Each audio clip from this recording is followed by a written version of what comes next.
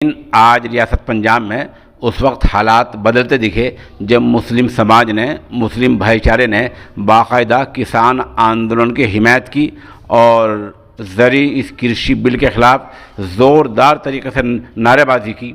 BJP और मोदी सरकार के ख़िलाफ़ भी ज़ोरदार नारेबाजी की और मुस्लिम भाईचारे ने रोड पर आकर किसान आंदोलन की बाकायदा हिमायत की। इस सिलसिले में सोशल इंडिया न्यूज़ को पंजाब के मशहूर सहाफ़ी जनाब मज़हर आलम मज़ाहरी ने तफसीली रिपोर्ट भेजी है, वो आप देखें।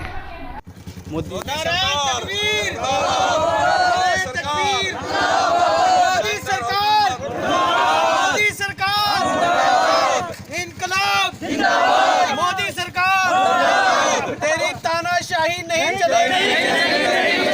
हम सब किसानों के साथ हैं, हम सब किसानों के साथ हैं। नारे तकबीर। मोदी सरकार, मोदी सरकार, मोदी सरकार, अमित शाह, अमित शाह। सरकार किसानों के खिलाफ जा रही है, हम किसानों के साथ हैं और किसानों को डुबोने में जो पूरा उनका सहयोग है और हम किसानों के साथ हैं। किसान को हम बिल्कुल भी डूबने नहीं देख सकते क्योंकि हमारे देश की उपजाऊ जो है इनके हाथ में है।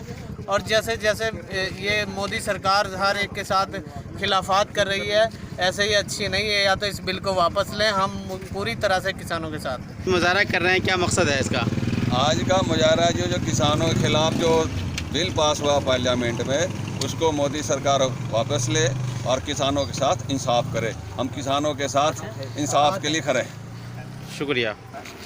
आज पंजाब भर के जो पंजाब में किसान विरोधी बिल पास हुआ है, पूरे मुल्क में मुजाहरा हुआ है, इसके लेकर के आज मुस्लिम भाईचारे में भी बहुत गुस्सा देखा जा रहा है और वो भी बहुत ज़्यादा गुस्से में है और इस बात का इरादा कर रहे हैं कि जब तक मोदी सरकार अपना ये बिल वापस नहीं ले लेता, हमारा संघर्ष जारी रहेगा।